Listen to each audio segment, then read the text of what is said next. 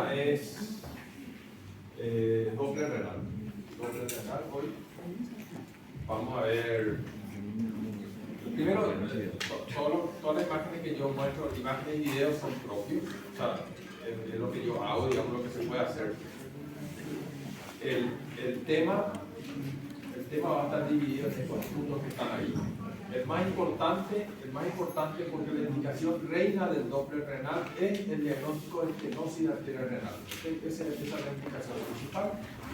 Y después vamos a ver otras indicaciones que son menos frecuentes, como el diagnóstico de trombosis de venas renales, qué papel tiene el Doppler en los tumores renales, en los cólicos renales, en la insuficiencia renal, y qué papel tiene en la evaluación de los riñones trasplantados. Vamos a empezar con el que va a tomar más de la mitad de la clase, que es el diagnóstico de la estenosis de la arteria renal, ¿sí? En el contexto de una hipertensión arterial secundaria. El Doppler de la arteria renal en este contexto del diagnóstico de la estenosis es probablemente el estudio más exigente que se tenga en Doppler. Es un estudio bastante difícil, que tiene que estar bien protocolizado, uno tiene que seguir un protocolo estricto, esto es importante, y dedicarle tiempo. Yo diría que, sobre todo cuando uno se inicia, darle por lo menos 30 minutos al estudio, ¿okay? Visitar pacientes cada 30 minutos. Después uno ya logra, digamos, yo en general cito cada 15 minutos pacientes y el Doppler renal le doy 20. En el plan vamos a ver primero cómo es la técnica del estudio, cómo se hace, cómo yo hago, cuáles son sus límites, cuáles son las ventajas y los inconvenientes. Después vamos a ver propiamente cómo se hace el diagnóstico de las estenosis. Y por último, las estenosis especiales, los que salen un poco de la norma. Yo les voy a mostrar ahora la técnica que yo utilizo, como yo hago el Doppler. Cada uno establece la suya, ¿verdad? Yo empiezo mirando el abdomen adelante, en el epigastrio, buscando la aorta abdominal. Lo primero que miro es la aorta abdominal. El paciente vascular puede tener problemas vasculares en cualquier lugar, y una de las cosas que hay que descartar es primero aneurisma de aorta, y de hecho esto les digo, la prevalencia de aneurisma de aorta por encima de los 70 años, creo, está alrededor del 6%. Es bastante alta la prevalencia de una patología que es potencialmente mortal y potencialmente solucionable si se diagnostica. Por lo tanto, en todas las ecografías abdominales de pacientes mayores de 60 años hay que mirar la aorta, ¿okay? Imperativamente, en mi opinión. Con más razón cuando el paciente viene con un problema vascular. Entonces, lo primero que hago es mirar el epigastrio, esa es la imagen de la aorta, ver el tamaño de la aorta, descartar que haya aneurisma en este caso, y se mide la velocidad en la aorta. La primera medición que hacemos es medir el pico de velocidad sistólica en la aorta. No voy a entrar mucho en detalles técnicos del Doppler, porque supongo que ya tuvieron clases de la física del Doppler, saben que hay que mantener un ángulo por debajo de 60 grados, etc. para medir. Y bueno, acá yo tengo mi primera medida que ustedes miran ahí ya sé que el pico de velocidad sistólica en la aorta es de 1,12 metros por segundo como tal. Al mismo tiempo, se puede ya mirar las arterias renales. Siempre van a encontrar en los artículos van a encontrar un debate de cómo mirar las arterias renales, por delante o por los costados. Y mi respuesta es por los dos lados. O sea, empezar por adelante y después, de paso, un tip. Si ustedes logran ver bien la arteria renal por delante, van a ver bien también por el costado. En general se da esta asociación, digamos, ¿verdad? Entonces, esa es la forma en que se ve la aorta en un corte transverso, y la arteria renal derecha, el ósculo de la arteria renal derecha se ve muy bien por vía epigástrica, ¿okay? No en todos los casos, pero en la mayoría de ellos, sobre todo la derecha. La izquierda de repente cuesta un poquito más ver, digamos, ¿verdad? Se mide la velocidad de flujo, se mide la velocidad de flujo en el óptim de la arteria renal. En este caso sale menos de 1 metro por segundo. Después vamos a ver cuáles son los valores normales. Y después se hace lo mismo en el lado izquierdo. Se hace la evaluación y se mide la velocidad en el óptim de la arteria renal izquierda. En este caso sale también aproximadamente 0,8 metros por segundo. Y después el paciente se pone de costado. Yo empiezo siempre con una cuestión de costumbre a agarrar el lado derecho. También van a leer que es más fácil ver la arteria renal derecha que la izquierda, y en mi opinión es al revés, porque la arteria renal derecha es más larga y necesitas el hígado para ver la izquierda más corta y más. Bueno, se coloca el paciente de esta manera, se entra a través de la línea axilar anterior y se evalúa primero el riñón. Aquí empezamos a ver riñones. Es fundamental en un Doppler de arterias renales ver riñones y sobre todo tamaño, y ser muy estrictos en la medición del tamaño, porque una asimetría en el tamaño renal es un indicador indirecto de que puede haber un problema en una de las arterias renales. Cuando una arteria está estenosada, ese riñón va a sufrir isquémicamente y se va a achicar. ¿Okay? Entonces uno mide, en este caso el riñón mide 12,1 centímetros. Espérame un segundito, por favor. Néstor, ¿cómo te va? ¿Todo bien? Escúchate en una clase, no hay nada urgente, o si no te llamo después. Dale, te llamo después. Dale. Se mide el riñón y después buscamos la arteria renal. Y la mejor manera de buscar la arteria renal es en este corte transverso subcostal en inspiración profunda. Al paciente se le pide que inspire profundamente para que el hígado baje. El corte es transverso oblicuo por vía subcostal a través del hígado, y a través del hígado que vemos acá, esto que está acá, a ver, no se ve mi flecha, ¿verdad? No. Voy a acá.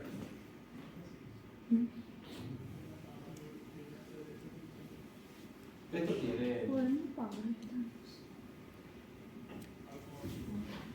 Yo creo que tengo un puntero láser.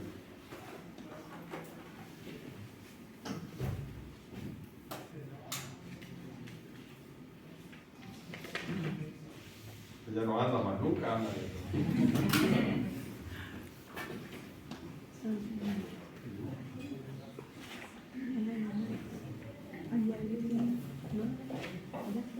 Bueno, ahí ven la aorta, y entre los dos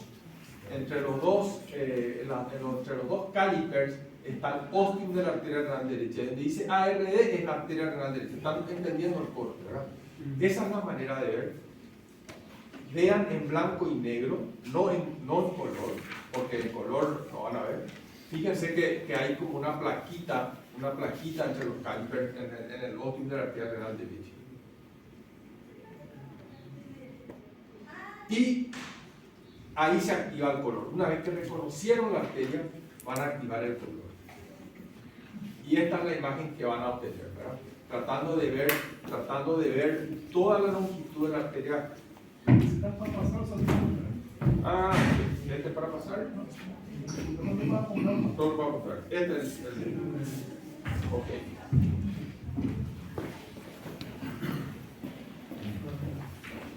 Acá está la aorta, acá está el óptim de la arteria renal, está la aorta y se ve en toda su longitud. Si se logra obtener una imagen de este tipo, queda bien cómodo, porque el Doppler bien regulado, fíjense, está regulado a 38 centímetros sobre segundo. De nuevo, no quiero entrar mucho en detalle técnico cuando se trata de eso, pero el PRF, ¿saben lo que es el PRF? El PRF tiene que estar perfectamente regulado para que cuando haya mosaico, el mosaico traduzca una aceleración del flujo significativa.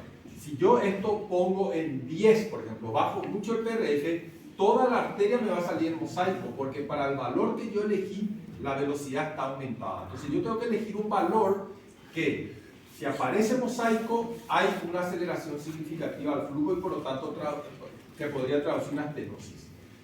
Regular bien el PRF y esta visión me permite a mí determinar, si veo un mosaico, dónde está acelerando el flujo y ahí medir la velocidad. En ese momento medir la velocidad.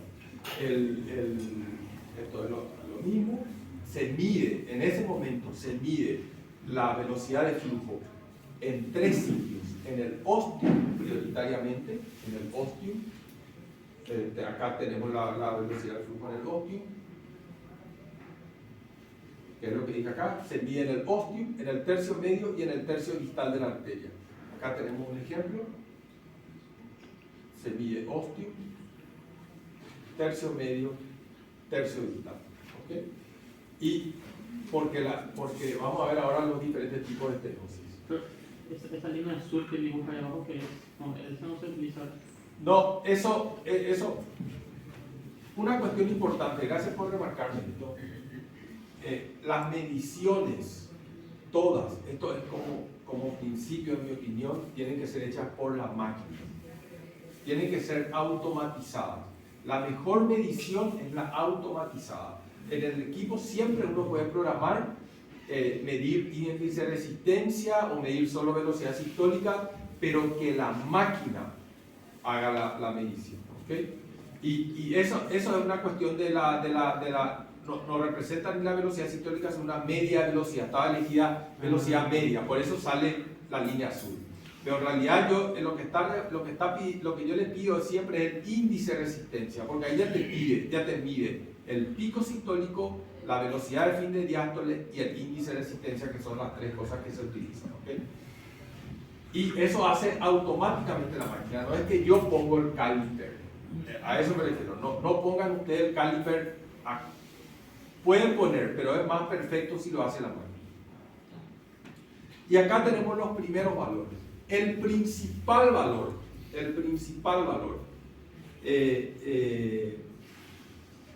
a retener es 1,8 metros sobre segundo.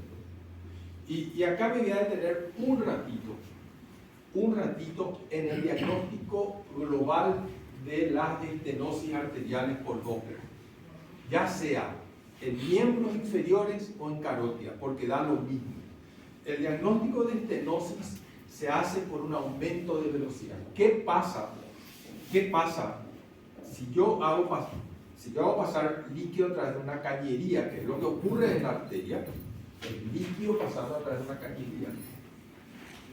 Si yo pongo un obstáculo en la cañería, pongo un obstáculo dentro de la cañería y reduzco la luz de la cañería, la única forma de que siga pasando la misma cantidad de líquido es que la velocidad de flujo aumente.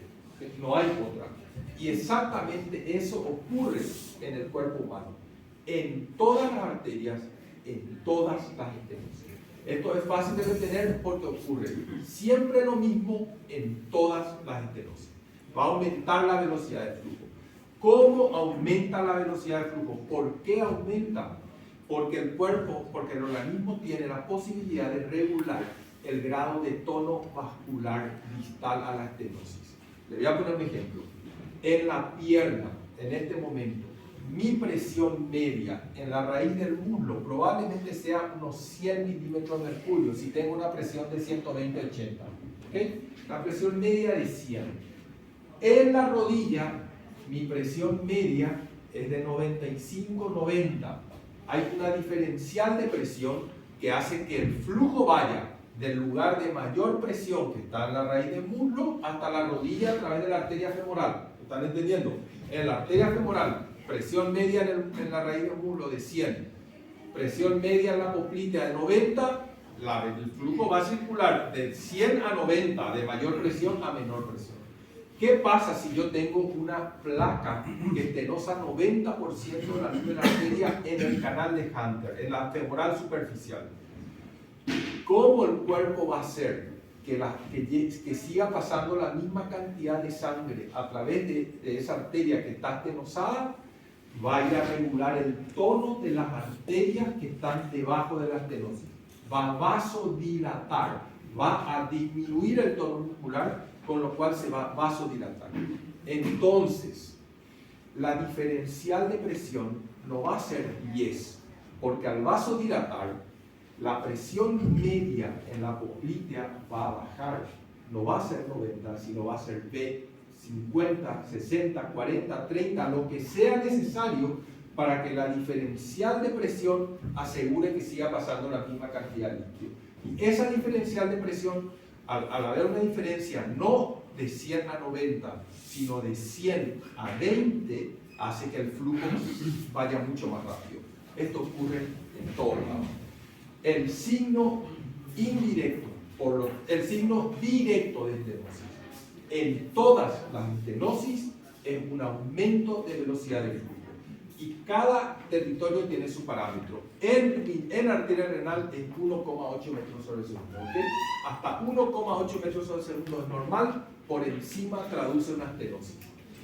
En carótida es otro el parámetro, 225, etcétera, etcétera. Y en miembros inferiores los parámetros son relativos, no hay parámetro absoluto. Si duplica la velocidad del flujo proximal es 50%, si triplica es 70%, etcétera, etcétera. Pero el concepto que tienen que retener, porque vamos a ver que hay muchas cifras, muchos otros valores que yo les recomiendo que retengan cuando se inician en el proceso, porque al final lo que buscamos sinceramente es esto, determinar si hay un lugar en el que la velocidad supera 1,8 metros sobre segundo. Tenemos ya el primer signo indirecto. El directo es uno solo. El que más tiene que, de esta clase, si yo quiero que retengan algo, es esto, 1,8. Cómo hacer el estudio y ir a buscar esa velocidad.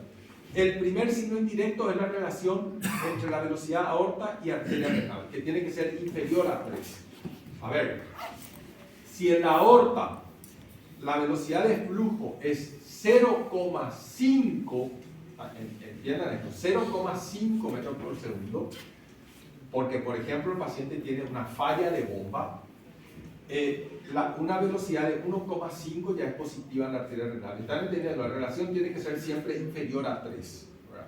Es muy raro que en la aorta haya un flujo de menos de 1 metro, o sea, pero puede ocurrir. Entonces, este signo es el signo más importante, es sensible. Tradicionalmente se usó 1,5, ahora se usa 1,8. ¿Por qué? Porque 1,5 es sensible pero poco específico. O sea, hay mucha gente que tiene normalmente 1,6. Si vos usas 1,5 como límite, no se te van a escapar estenosis, pero le vas a hacer diagnóstico de estenosis a gente que no tiene. ¿Están entendiendo? Porque es muy bajo el piso. El ángulo siempre inferior a 60. Y la relación inferior a 3 es poco sensible, pero es muy específico. ¿Okay? El signo es muy específico. En esa posición en que está el paciente tenemos que medir el flujo en las arterias segmentarias e interlobales. ¿Qué son las arterias segmentarias y qué son las arterias interlobales? Las arterias segmentarias son las primeras ramas de bifurcación de la renal. La renal va a dar 3, 4, 5 segmentarias. Las segmentarias se continúan con las interlobales, que están todavía en el seno renal. Y después tenemos las corticales. Las corticales no nos sirven de mucho, no se van a preocupar, son arterias chiquititas. Nosotros vamos a medir acá en las segmentarias y en las interlobales. ¿Y qué vamos a medir? Vamos a medir velocidad de flujo e índice de resistencia. En este caso, esta es una arteria segmentaria. De nuevo, la máquina hace todo. Yo le pedí que mida el índice de resistencia y el índice de aceleración. Vamos a ver qué es el índice de aceleración, que es algo que sirve también. El índice de resistencia me sale 0,63 y la velocidad me sale 0,6. Lo mismo hago en la interlobar. Exactamente lo mismo. Y fíjense que los cálculos son automáticos. Vos me preguntaste qué era la línea azul. La línea azul es la velocidad media y la línea verde es la velocidad máxima. El índice de resistencia va a tomar el pico máximo de velocidad sistólica y la velocidad de fin de diástole. Esa velocidad media no tiene importancia en ese caso. ¿Cómo? No tiene importancia la velocidad media, ¿verdad? No, ninguna. Estaba nomás programado en el equipo. Bueno. Entonces, ¿qué medimos? La velocidad de flujo en las segmentarias el índice de aceleración y el índice de resistencia. Tres cosas tenemos que medir en las arterias renales. Las mediciones tienen que ser automáticas por el equipo y lo único que hace el operador es corregir el ángulo. Lo único que uno tiene que hacer es corregir el ángulo. El resto tiene que hacer solo el equipo. La velocidad de flujo vamos a medir en la arteria segmentaria. El índice de aceleración en la arteria segmentaria y el índice de resistencia en las arterias interlobales. ¿Están siguiendo hasta ahora? Tres cosas tenemos que medir. Velocidad de flujo en el riñón en arteria segmentaria, bien en el ilio. Índice de aceleración en la arteria segmentaria, bien en el ilio. Índice de resistencia en las arterias interlobales. La velocidad de flujo en la arteria segmentaria. Yo esto le voy a pasar la clase, van a tenerlo. La velocidad de flujo en la arteria segmentaria. La relación normal es inferior a 5. Inferior a 5. O sea, tiene que caer hasta 5 veces. Si sale de esta norma, puede indicar indirectamente una estenosis. El índice, la velocidad de flujo en la arteria intersegmentaria. Entonces vos tenés que comparar la velocidad de flujo en el ósculo de la arteria renal con la velocidad de flujo en la arteria segmentaria. Y eso no puede ser mayor a 5. Hasta 5 veces puede caer, pero no puede ser mayor. Si cae más de 5, es un signo indirecto de que hay una estenosis en el medio. Y esto tiene importancia en la fibrodisplasia. Vamos a ver algún tipo particular de estenosis. El índice de aceleración se mide en la arteria segmentaria. Ustedes saben lo que es el pulso parvus tardus. El pulso parvus tardus es un signo indirecto de estenosis, en que el pico sistólico, en vez de ser vertical, es inclinado, es lento. Cuando hay una estenosis, baja la presión, entonces el pico sistólico es inclinado. El índice de aceleración le pone número al pulso parvus tardus. El índice de aceleración, todos los equipos tienen esta posibilidad de medir, le pone cifras al pulso parvus tardus. El pulso parvus tardus es una forma y es una calificación subjetiva, ¿están de acuerdo? Uno ve el flujo y dice, este es un flujo parvus tardus. Pero en el índice de aceleración, eso es una cifra. La máquina mide y el valor normal es 300 centímetros sobre segundo al cuadrado. Y se puede usar también otra cuestión que es el tiempo de ascenso sistólico. El tiempo que pasa entre el inicio de sístole y el pico de sístole, que es hasta 0,07 sobre segundo. Aquí está medido. Acá está medido el índice de aceleración. Va a tomar en cuánto tiempo toma el pico, el ir de acá hasta acá, en unidad de tiempo. Y te sale esta cifra que tiene que ser superior a 300. Superior a 300.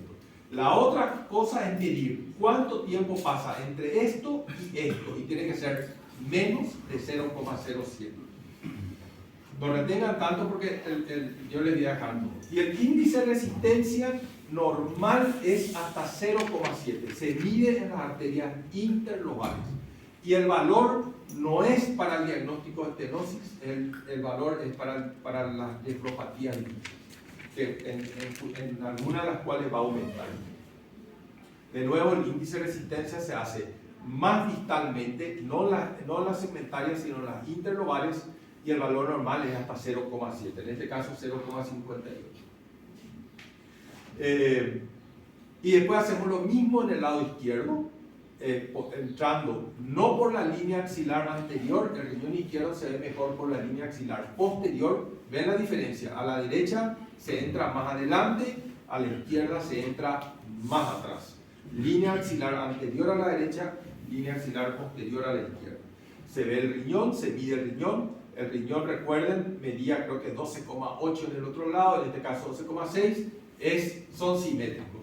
Se consideran riñones simétricos hasta una diferencia de 15 milímetros. Algunos toman 10. Yo a partir de 10 ya presto atención. Pero técnicamente hasta 15 milímetros de diferencia puede haber entre dos riñones. A partir de 10 presten atención. Se hace lo mismo, se mide, la arteria renal izquierda es más corta, fíjense, y siempre se ve, buscándole, ahí se logra ver todo, cambiando la inclinación del ángulo. Esta es la aorta, el paciente es un paciente modelo, no tomé un paciente, esos delgaditos son pacientes, no tomé un paciente normal, digamos. Y se ve por el flanco, a través de la línea axilar posterior, inclinando un poco el traductor, siempre vamos a poder ver, siempre o por lo menos en el 90% de los casos vamos a poder ver toda la extensión de la arteria renal. Se mide lo mismo, lo que acabamos de hacer, el pico de velocidad sistólica proximal, medial, distal en la arteria y todo lo que ya vimos, ¿verdad? Entonces, resumen, ¿qué tenemos que ver y qué tenemos que medir? En modo B, en modo Doppler color y en modo espectro. En modo B tenemos que ver aorta, longitud de riñones, el espesor parenquimatoso de los riñones y la diferencia córtico-medular. En modo, ¿cuáles son los valores normales? La aorta, el valor normal de diámetro es hasta 30, la longitud de riñones es 11 más menos 2, por debajo de 9 presten atención. Un riñón por debajo de 9, a no ser que el paciente sea muy chiquitito, generalmente se dice que por debajo de 9 centímetros un riñón está disminuido. A ver, este es un concepto muy importante. Si usted me hace una ecografía y yo tengo un riñón de 11,5 centímetros, eso está dentro del rango normal. Pero si yo el año pasado mi riñón tenía 13, mi riñón está disminuido. O sea, nunca nosotros sabemos si el riñón está pequeño o no al ver a un paciente por primera vez, porque lo que podemos decir es los riñones tienen un tamaño que está dentro del límite aceptable como normales. Esta es la frase que se debería poner en mi informe. No deberíamos poner riñones de tamaño normal, porque si el paciente tenía 2 centímetros el año pasado más que hoy, no es normal. No sé si me estoy explicando.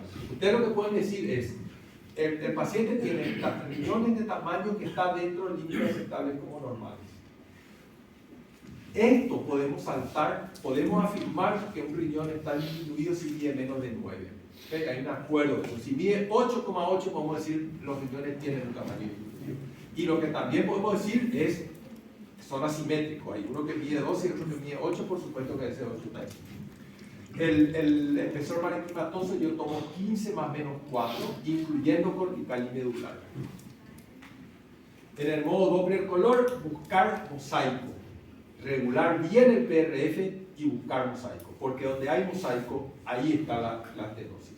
Y en el espectro, medir el pico de velocidad sistólica en la aorta, el pico de velocidad sistólica en la arteria renal en los 3 sitios, el pico de velocidad sistólica en las arterias segmentarias, polo superior, polo medio, polo inferior, el índice de aceleración en las segmentarias y el índice de resistencia en las interlobales. ¿Cuáles son los valores normales? El valor a retener siempre es este, 1,8, en el lugar de la estenosis. La relación aorta-renal inferior a 3. El pico de velocidad sistólica en la arteria segmentaria, la relación es 1,5. Relación renal-aorta, 1,3. Relación renal segmentaria, 1,5. Y después los demás valores que ya vimos, el índice de aceleración superior a 300 y el índice de resistencia inferior a 0,7. Este es el signo a retener, 1,8 de velocidad. Y ahora vamos a entrar en el tema de estenosis arterial renal.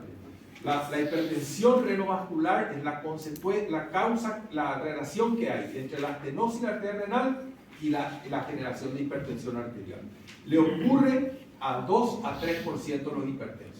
Y acá vamos a entrar en un tema que es súper importante. Solo 2 a 3% de los hipertensos van a tener una estenosis arterial renal. Es un porcentaje pequeño.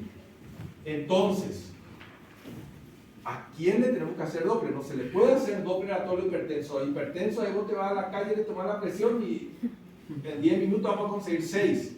Bueno, no se le puede hacer, es impracticable. Entonces, ¿qué hay que hacer? Pero sí hay que hacer Doppler, hay que tratar de despistar los pacientes que tienen estenosis arterial renal, porque los pacientes que tienen hipertensión renovascular mejoran mucho con el tratamiento y muchas veces mejoran con la revascularización, o sea, le cambia la vida. Entonces, el tema fundamental, y esto está muy implicado con la eficacia del que hace el diagnóstico, es a quién le tenemos que hacer el depistaje. La primera respuesta es, ¿hay que hacer depistaje de arteria renal hipertenso? La respuesta es sí, hay que hacer depistaje en hipertenso.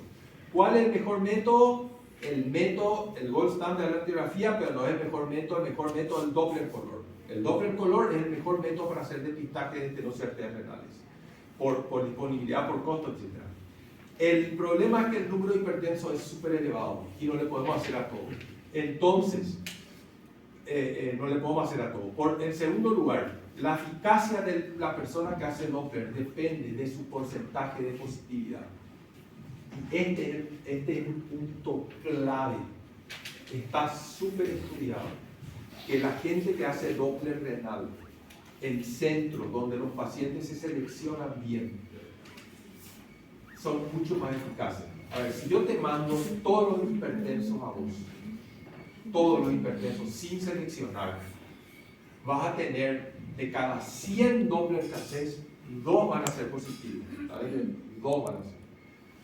O sea, si yo te mando 100 pacientes en un mes vas a tener 2 Doppler positivos y 98 negativos.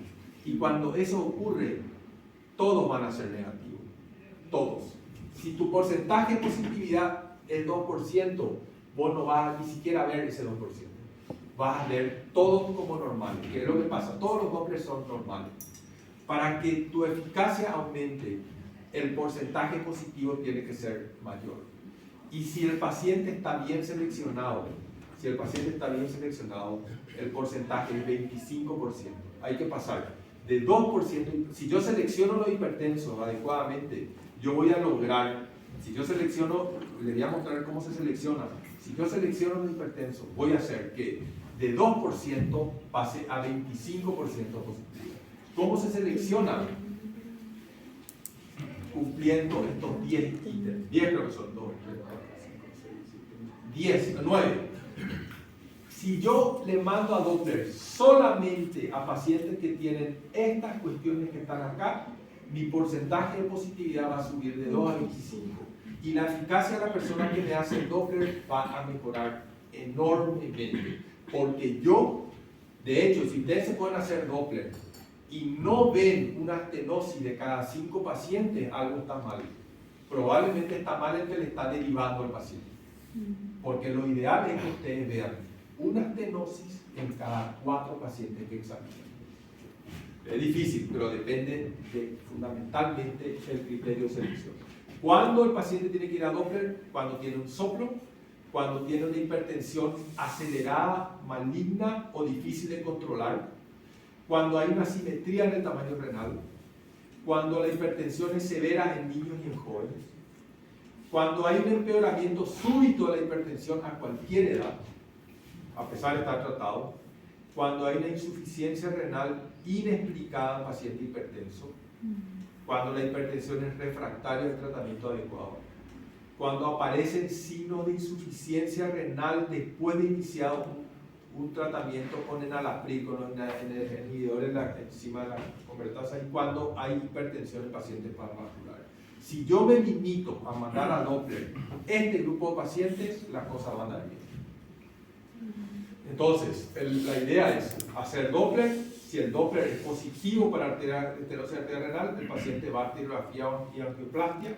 Y si es, siempre y cuando el riñón no sea muy pequeño. Cuando el riñón es muy pequeño, es menor a 8 centímetros, no vale la pena hacer angioplastia, porque ya no va a resolver nada.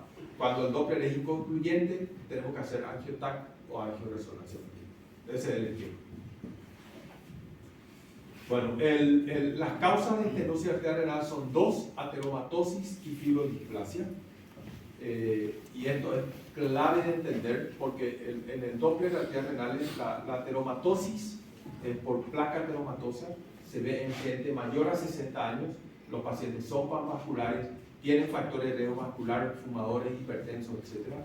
En la ateromatosis, la estenosis ocurre en un solo lugar, en el óstium de la arteria renal, solamente ahí. En la fibrodisplasia es una estenosis por malformación arterial, ocurre en la gente joven, 20 años, 25 años, y puede ocurrir en cualquier lugar de la arteria renal. Por eso, cuando uno hace el Doppler renal, el paciente obeso de 70 años con ateromatosis es mucho más fácil que la paciente jovencita de 45 kilos que tiene 25 años y es hipertensa. Porque la jovencita de 45 kilos puede tener estenosis en cualquier lugar. Fíjese, está la fibrodisplasia, toda la arteria está comprometida, pero la paciente con fibrodisplasia puede tener una estenosis aquí. Y andaba a encontrar una estenosis ahí. Date cuenta que hay una estenosis ahí. Sin embargo, el obeso de 75 años, yo tengo que hacer el esfuerzo de ver el ostium nomás, porque solo en el ostium tiene estenosis. Sí tiene. ¿Están entendiendo? Es mejor el anciano, mucho mejor como paciente, y la eficacia del método es mucho mejor en esos pacientes que, contrariamente a lo que suele ocurrir en la electrocardiografía, en la paciente joven. Los pacientes jóvenes. Acá vemos la diferencia en la ateromatosis. Acá está la ateromatosis para dividir la fibrodisplasia en tres tipos, pero básicamente es lo mismo. La mayor parte de las estenosis son por arteriosclerosis, 65% de las estenosis arteriales son ateromatosas y van a ocurrir siempre en el ostium de la arteria renal. En las demás van a ocurrir tercio medio, tercio distal, ramas, tercio proximal, etc. En cualquier lugar. La fibrodisplasia ocurre en cualquier lugar, es impredecible. Toda la eficacia de los métodos no invasivos, no solamente el ecodoppler, todos los demás, angiotac, angioresonancia, disminuyen en la fibrodisplasia. El ecodoppler color es el método para depistaje. Básicamente tiene muchísimas ventajas, no invade, es más económico, está disponible y sobre todo evalúa la hemodinámica. Hay un francés que fue un gran iniciador, creo que su apellido era Roche, un gran iniciador del Doppler renal. Él trabajaba en el sur de Francia y él tenía tanto volumen, tanto éxito, que él veía los pacientes después de la arteriografía. O sea, los pacientes en aquella época, estamos hablando del año 80, principios de los 90, se hacían arteriografías y él venía a juzgar la hemodinamia de la lesión. Él trabajaba sobre el diagnóstico establecido de estenosis. Él sabía, el paciente tiene una estenosis. Yo lo que tengo que establecer es o no hemodinámicamente significativo como para tratarlo. O sea, esa es la parte, el Doppler, cuando yo hago angiotac también le hago angioresonancia. Y la angiotac te muestra una imagen. El Doppler te muestra la repercusión hemodinámica de una estenosis. Y eso es espectacular. El ecodoppler tiene el gran inconveniente que es operador independiente. Y tiene dos limitantes, gases y obesidad. Normalmente se ven las arterias renales completamente, al menos del 80% de los pacientes. Ya vimos cuáles son los signos. El signo directo es el pico de velocidad sistólica superior a 1,8 y el resto de los signos indirectos. Vamos a dar ejemplos de casos, digamos. Fíjese este paciente, aorta, y hay un mosaico, está bien regulado el PRF, por encima de 30 yo considero que está bien. Hay un mosaico en el ostium de la arteria renal, por lo tanto, donde está el mosaico tengo que ir a medir con el ángulo correcto. Me voy a medir pico de velocidad sistólica de 2,45 metros por segundo. El paciente tiene una estenosis arterial renal. ¿Okay? No se hace gradación, no se dice es una estenosis de 70, 75, 80. Se dice hay una estenosis hemodinámicamente significativa. Este solo signo ya hace diagnóstico de estenosis, no hace falta hacer nada más. No hace falta perder el tiempo en ir a medir. Podés ver si tiene pulso palpar o el índice de aceleración, pero el diagnóstico de estenosis ya está hecho. Sí. 1,8 metros por segundo, 180 centímetros por segundo. Es lo mismo. Sí, es lo mismo. Mosaico es, te voy a mostrar, mosaico es el cambio de color que, en Doppler color, Cuando vos regulás el PRF, vos ponés una cifra. Todo lo que suba del valor de PRF que vos determinaste va a cambiar de color y se va a volver a la otra escala, azul. Yo regulé para Doppler renal, yo les recomiendo que este valor de PRF esté entre 30 y 40. Con este valor, lo que supera 1,5 metros por segundo, más o menos, va a pasar del rojo y va a pasar a la escala del azul. ¿Qué es lo que pasa acá? Esta arteria debería ser roja. ¿Están de acuerdo? Porque el flujo viene de acá hacia adelante, se acerca al traductor, tiene que ser roja, pero es azul. Y es azul porque la velocidad de flujo supera el PRF que yo elegí. Y ese cambio de coloración a azul se llama mosaico. Y te indica indirectamente, sin medir la velocidad, que hay velocidad aumentada a ese nivel. Está claro que es el mosaico. El cambio de color pasa de rojo a azul, amarillo, verde, todos los colores cuando el flujo está aumentado.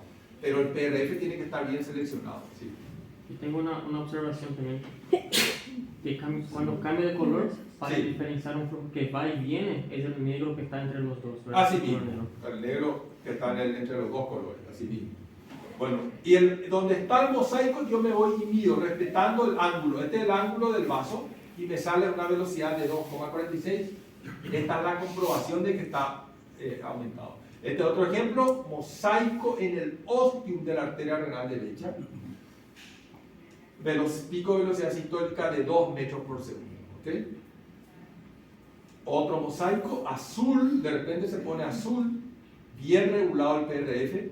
Incluso cuando el mosaico es mucho, ustedes sigan elevando el PRF hasta que se vea el mosaico. Doctor, ¿ese también le llamamos aliasing? En inglés se llama aliasing, sí. En español se llama mosaico. La misma cosa.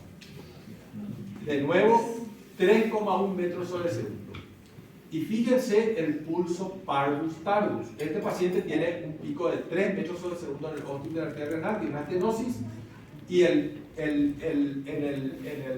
la arteria interlobar tiene el típico flujo parvus tardus. El flujo parvus tardus es que el pico de velocidad sistólica, en vez de ser recto, es inclinado. Y acá se le puso cifra a eso, midiendo la velocidad, el tiempo que pasa entre el inicio de la sístole y el fin de la sístole, lo que se llama tiempo de aceleración, que normalmente es 0,07 y acá sale 0,13. Esa es darle número al pulso parvus tardus. ¿Este valor se puede utilizar en otros lugares del cuerpo también o solo? Solo está hecho para renales. Ah, Ese valor es solo para renales. Otro caso, mosaico fíjense dónde está, 0, ¿cuánto dice ahí? 40 y pico, ¿verdad? Bueno, claramente es un mosaico.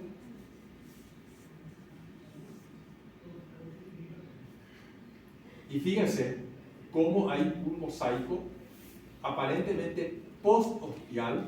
Fíjense la edad de la paciente. No es una estenosis ostial, ¿están de acuerdo? Hay un mosaico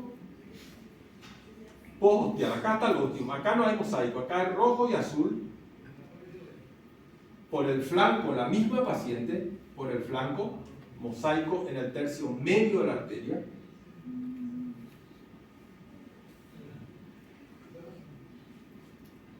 ¿Qué no corre?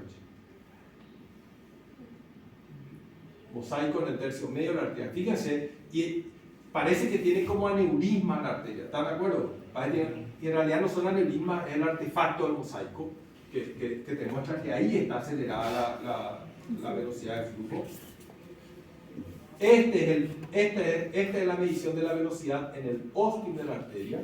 Sale 0,6, ¿verdad? 0,6. En el ostium de la arteria la velocidad es normal. En el tercio medio de la arteria la velocidad supera 3 metros sobre segundo. 28 años, estenosis por fibrodisplasia en el tercio medio de la arteria renal derecha. Pulso parvus tardus en la arteria segmentaria. El pico de velocidad, el tiempo de ascenso sistólico está retrasado. Esta es la misma paciente, creo, o es otra paciente. A ver, ahí está otra paciente. Este fue un caso de hace poquito, sí, de la semana pasada, o de esta semana. Esta es la arteria renal derecha, parece todo bien. Pico de velocidad sistólica, esta es la aorta, casi en el ósteo, normal. Y yo me voy, siempre, respeten eso de ir a mirar, no me acuerdo, 33 años la paciente, sobre todo cuando tienen esta edad, 33 años, no me acuerdo si era varón. Siempre te vas a mirar, por eso hay que mirar la segmentaria en las tres partes, polo inferior, polo medio, polo superior. En uno de los polos, pico de velocidad sistólica de 201 metros, 2 metros sobre el suelo. Esta paciente tiene, para un pico de velocidad sistólica de 6 en el ósteo y arteria renal, 0,6 en el ósteo, 2 ahí en astenosis en una arteria segmentaria.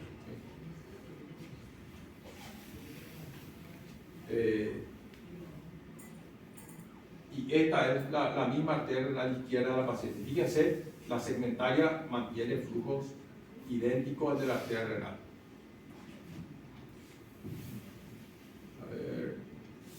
Y una cosa muy importante es cuando ocurre algo así, yo había medido, mi primera medición del riñón me dio 10,6, porque vamos rápido, porque cuando hacer la ecografía agarrar y medir rápido, 10,6. Después me voy al izquierdo, me da 12,2. O sea, hay una diferencia significativa, con lo cual yo digo, esta astenosis tiene un impacto ya en el trofismo renal. Y ahí hay que medir estrictamente los riñones para saber. Volví a medir el riñón derecho, en realidad tiene 11,2. Y entre 11,2 y 12,2 no hay diferencia, no está teniendo un impacto. Sobre todo cuando las estenosis midan bien los riñones. Las estenosis complejas, vamos a ver algunos casos. Este paciente súper hipertenso, tiene arteria renal izquierda, se ve bien, no hay mosaico. Arteria renal derecha se ve parcialmente y tenía una polar superior. Esta es la arteria renal del paciente y se ve una polar. Busquen las polares, porque una estenosis en una accesoria es lo mismo que una estenosis en la arteria, tiene la misma consecuencia, la misma.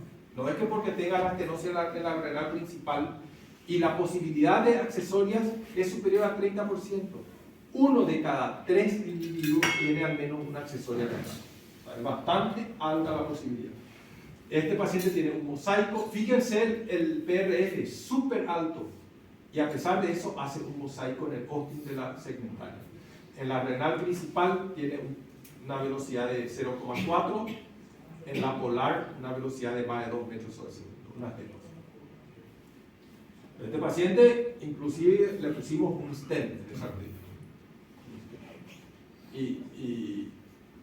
Y lastimosamente, unos 3 o 4 meses después hizo un infarto y se murió.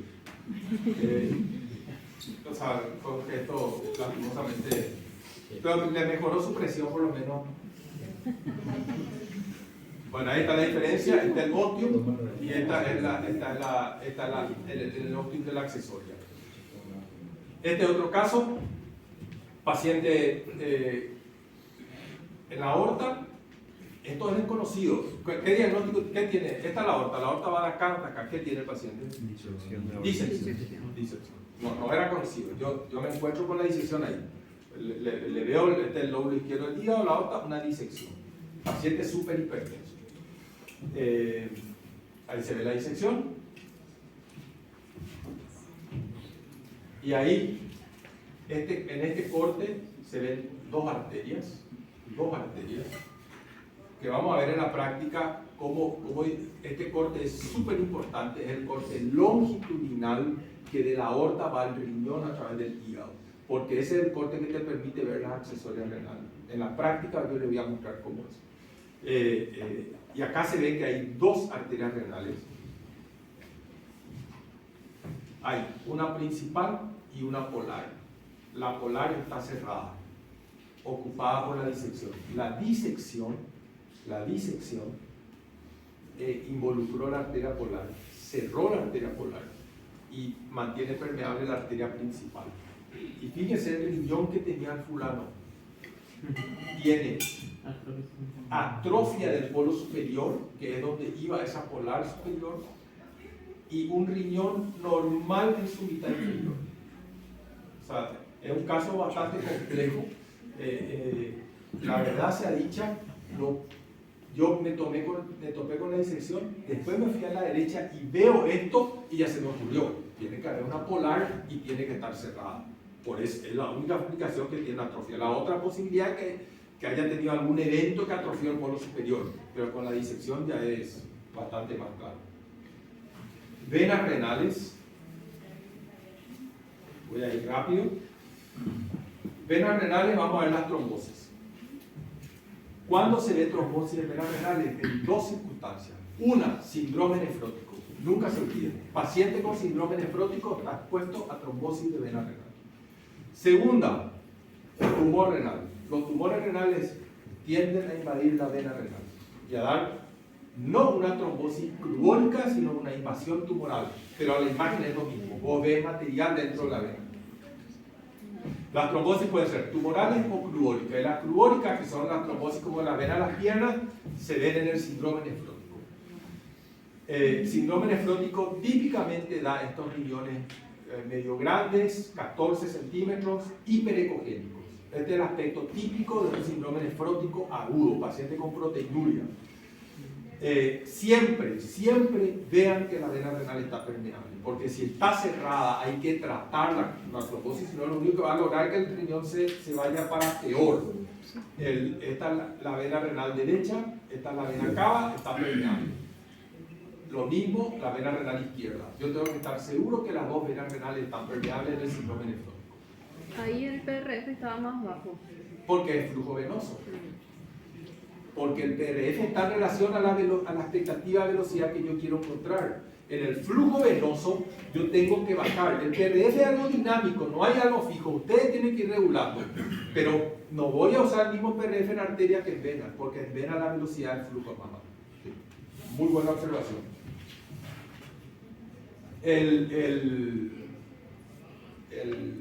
Y este es otro caso. Riñones hiperecogénicos, grandes. Y acá se ve algo en la vena renal, síndrome nefrótico. Nada de flujo, cero. La vena está trombosada. Esto es muy importante. Y cuando vean esto, porque ese paciente tenía este espectro en una arteria renal, en el ilio. Es un flujo, ¿están de acuerdo? Parece un miembro inferior. Parece una arteria pedia. Cuando que en el riñón el flujo tiene velocidad diastólica, no tiene un reflujo diastólico. ¿Por qué ocurre esto? Porque al estar cerrada la vena hay tanta presión, a la sangre le cuesta salir, llega al riñón, pero se encuentra con el sistema venoso cerrado que aumenta la resistencia al flujo y eso se traduce en un flujo trifásico. Si ustedes ven, nunca se olviden de esto. Si ustedes ven un flujo en el riñón con un índice de resistencia de 1 y con más razón si hay reflujo diastólico, casi seguro tiene una trombosis de vena renal. Hay un aumento de la presión. En tumores, este es un tumor, masa renal derecha, hipervascularizado. O sea, el primer valor del Doppler es confirmar que la masa que vemos es sólida. ¿Okay? Esto tiene flujo de sólido. El segundo valor, esto es fundamental. Cuando ustedes ven un paciente con tumor renal, sí o sí tienen que ver la vena. Sí o sí tienen que ver la vena, porque si la vena está trombosada, el cirujano tiene que tomar recaudo. O sea, esta es la vena renal derecha, aorta, arteria renal izquierda, vena renal izquierda. El flujo viene del riñón que está por acá hacia adelante, por lo tanto del rojo. Este paciente, enorme masa, ni se diferencia más el riñón, enorme masa. Corte longitudinal a través del flanco derecho. Vena renal izquierda, el riñón izquierdo está abajo, el paciente está acostado sobre su borde derecho, el borde derecho del paciente está acá. Esta es la vena renal izquierda, el riñón izquierdo está por acá abajo, está permeable. Esta es la vena cava infrarrenal, vena cava suprarrenal, vena renal derecha ocupada por tumor. No es trombosis, no es coágulo sanguíneo, es tumor entrando a la vena renal. Tumor entrando a la vena renal. Si ustedes ponen Doppler acá y bajan el PRF para velocidades bajas, van a encontrar flujo en este tumor. Ahí, el tumor. Y el tumor puede ir, acá está la vena renal derecha ocupada por tumor, y el tumor puede ir hasta, como en este caso, este otro paciente, el tumor llega hasta el diafragma. El tumor renal entra a la vena y se va hasta el diafragma. Y hay casos que llega hasta la aurícula. Acá está la vena cava inferior ocupada por tumor. Otro caso, paciente polo superior riñón normal, en el polo inferior masa, en el riñón derecho. Esta es la masa cortada transversal.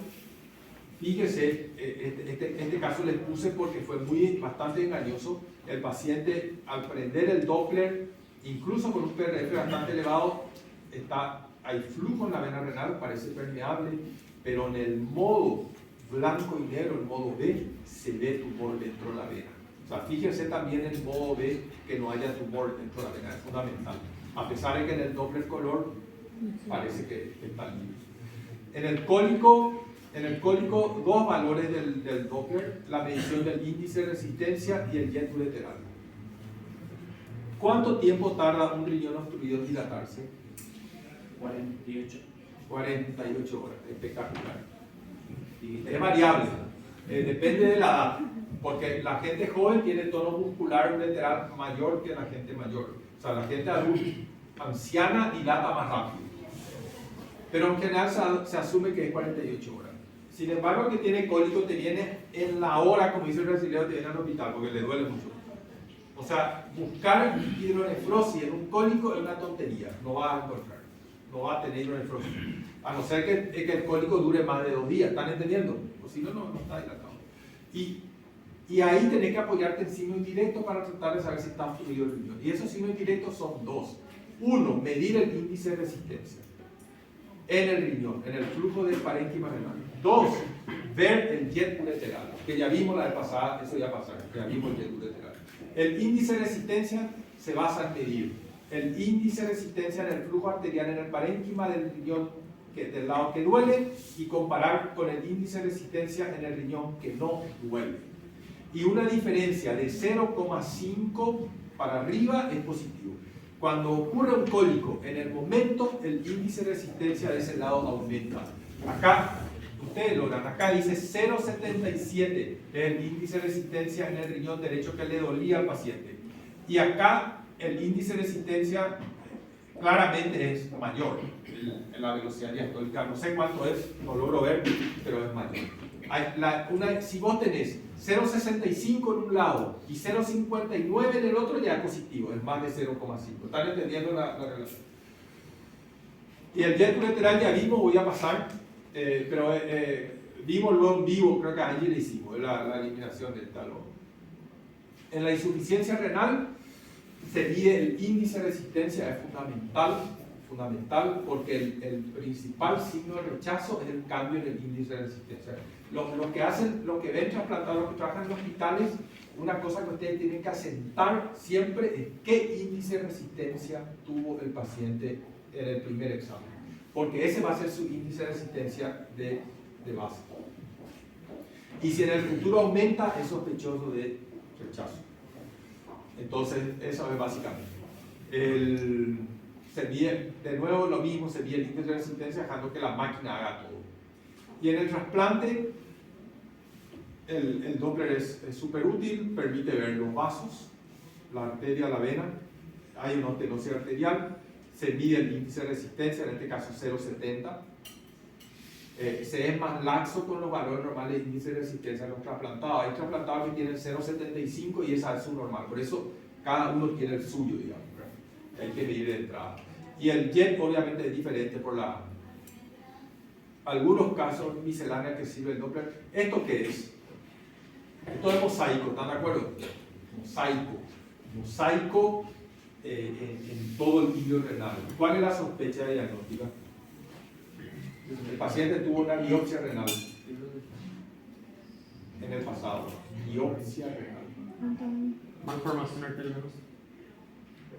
No malformación. Malformación sería que haya nacido con eso. En realidad tiene una fístula arteriovenosa post-biopsia. El mosaico es el equivalente en la semiología médica al trill, al soplo, esa Turbulencia. y tenía una fístula arteriovenosa. Otro paciente de biopsia renal, aneurisma, falso aneurisma. Bueno, en conclusión, la indicación reina del Doppler es el Doppler para el diagnóstico de estenosis arterial renal, es un estudio exigente. El mejor signo es el aumento focal de velocidad, que se tolera hasta 1,8 metros sobre segundo. Los signos indirectos son menos importantes y el diagnóstico de filodisplasia es más complicado. En las demás indicaciones, el Doppler ayuda, tumores, trasplantes, cólico, insuficiencia renal. Y para terminar, una historia. Siempre cuento cuestiones de viaje, eso que me gusta. Este señor se llamaba Salvador María del Carril. Poco conocido, pero muy importante, doctor Puerto. Primer vicepresidente de la Argentina. Primero. Acá está ya en su ancianidad, vivió mucho tiempo. Él fue el primer vicepresidente de Argentina, redactó creo que la primera constitución argentina, uno de los redactores. Fue gobernador de su provincia. Y justo estamos hablando de los solterones, las solteronas. Él fue un solterón, porque se casó a los 33 años. En aquella época, él nació en el año 1798. Hoy, uno de 33 años, bueno, en aquel momento tus padres tenían la expectativa que ya había que ubicar. Bueno, se casó a los 33 años, bastante mayor, ya había sido gobernador. Las cosas eran mucho más rápidas antes. Era a sus 20 y pico, ya fue gobernador, ya hizo la constitución, tenía 33 años. Y se casó con una señora que se llamó Tiburcia Domínguez. Esta es la señora Tiburcia. Y Tiburcia Logró todo y cuando se casó. ¿Cómo? Logró todo y cuando se casó le fundió la vida. No, más o menos captaste la historia. Bueno, Tiburcia estuvieron casados más de 50 años, fue un matrimonio, los dos fueron longevos y tuvieron mucho tiempo casados. Y al inicio del matrimonio anduvo bien, tuvieron 7 hijos. Muy bien. 7 hijos. Digamos que durante 20 años anduvieron bien, porque no tenían muchos recursos económicos, vivían con lo justo, y en esa época eran felices, digamos. Pero a los 20 años ocurrió algo. Salvador María del Carril recibe una herencia gigantesca, se vuelve millonario de un día para el otro, pero realmente millonario.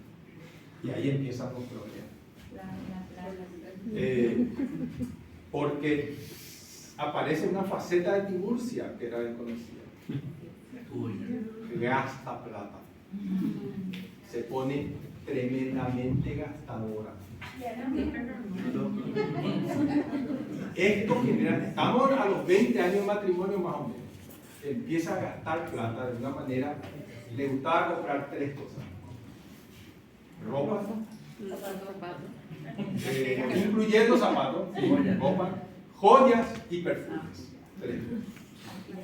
Y gastaba enormes cantidades de dinero, lo cual empieza a generar problemas con el marido. Y el marido, bueno, pelea bien, esto dura 10 años. A los 10 años de esto, allá por los 30 años de matrimonio, el marido toma una decisión. Saca una solicitada en el diario que está ahí, a página total, diciendo, en aquella época no había tarjeta de crédito, estamos hablando de años 1840, 1850, y la gente, Tiburcia en la alta sociedad ahora, la altísima sociedad. Tiburcia se iba a los negocios y llevaba lo que quería, y después la cuenta le mandaban al marido. Así funcionaba esto, ¿verdad? Ella se iba, le mandaba esto a mi casa, estos zapatos, 10 zapatos, tal joya, perfume, y la cuenta a Salvador. Y Salvador saca una solicitud en la que dice, señores, yo no asumo más las cuentas de esta señora. Si ustedes quieren, cobran el mismo, pero lo van a cobrar. Poco más, poco menos. Y Tiburcia se enojó. Y el matrimonio siguió 21 años más, sin que ellos nunca más se dirijan la palabra. Y esto los 7 hijos son protegidos. Nunca más se hablaron. Vivieron bajo el mismo techo porque no se podía separar en aquella época. Mucho menos divorciar. No podía él ir a vivir a otra casa, era socialmente imposible. Entonces ellos vivían, iban a acontecimientos juntos, pero no se dirigieron la palabra. Nunca más. Nunca. 20 años después de este evento que ellos nos hablaron, muere Salvador. Tiburcia hizo una sola pregunta. ¿Cuánto me dejó? ¿Cuánto me dejó? ¿Cuánto puedo gastar? Y toma una decisión súper rara. Construye esto. Y ahí llego yo. Manda a construir este mausoleo que está en el cementerio de la Recoleta de Buenos Aires. Es un monumento nacional. Trae mármol de Europa. Esto es mármol, rosa, roja, Carrara, no sé qué historia. Hace esto, ahí está Tiburcio sentado mirando, no es Tiburcio, es Salvador, mirando hacia el sur, porque se sentaba en su casa en este lugar y miraba hacia el sur. La mujer le hace esto homenaje, inentendible, porque era un odio brutal entre los dos. Y le hace esto, él mira hacia el mausoleo. Dice que costó una fortuna. Ahí se le ve al Señor, ¿verdad? Y abajo están sus restos, ¿verdad? Y bueno, y nadie entendió qué es lo que esto, ni los hijos ni nadie, que se fue a gastar toda esta plata en homenaje a alguien que odiaba. Hasta que ella murió, unos 15 años, ¿cómo le sobrevivió 15 años? Y cuando murió, ella dejó escrito: a mí me van a enterrar al lado de Salvador, pero dándole la espalda. Porque hasta la eternidad lo odiaré. Y nunca, jamás vamos a ver las cosas en el mismo sentido. Veían las cosas diferentes y bonitas. Y así están enterrados, dándose la espalda en el cementerio de la Recoleta. Y esto les muestro para que las próximas que vayan a Buenos Aires no se pierdan la visita guiada al cementerio de la Recoleta, porque como estas historias hay montones. En el cementerio de la Recoleta de Buenos Aires hay más de 15 monumentos nacionales, creo. Monumentos nacionales es algo que el Estado se hace cargo, mantiene y todo. Uno de ellos es este mausoleo de Salvador del Brasil y su señor. Muy bien.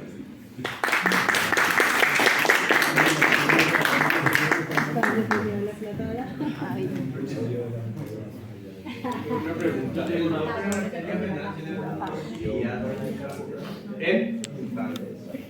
No te escucho, ¿eh? Restantes.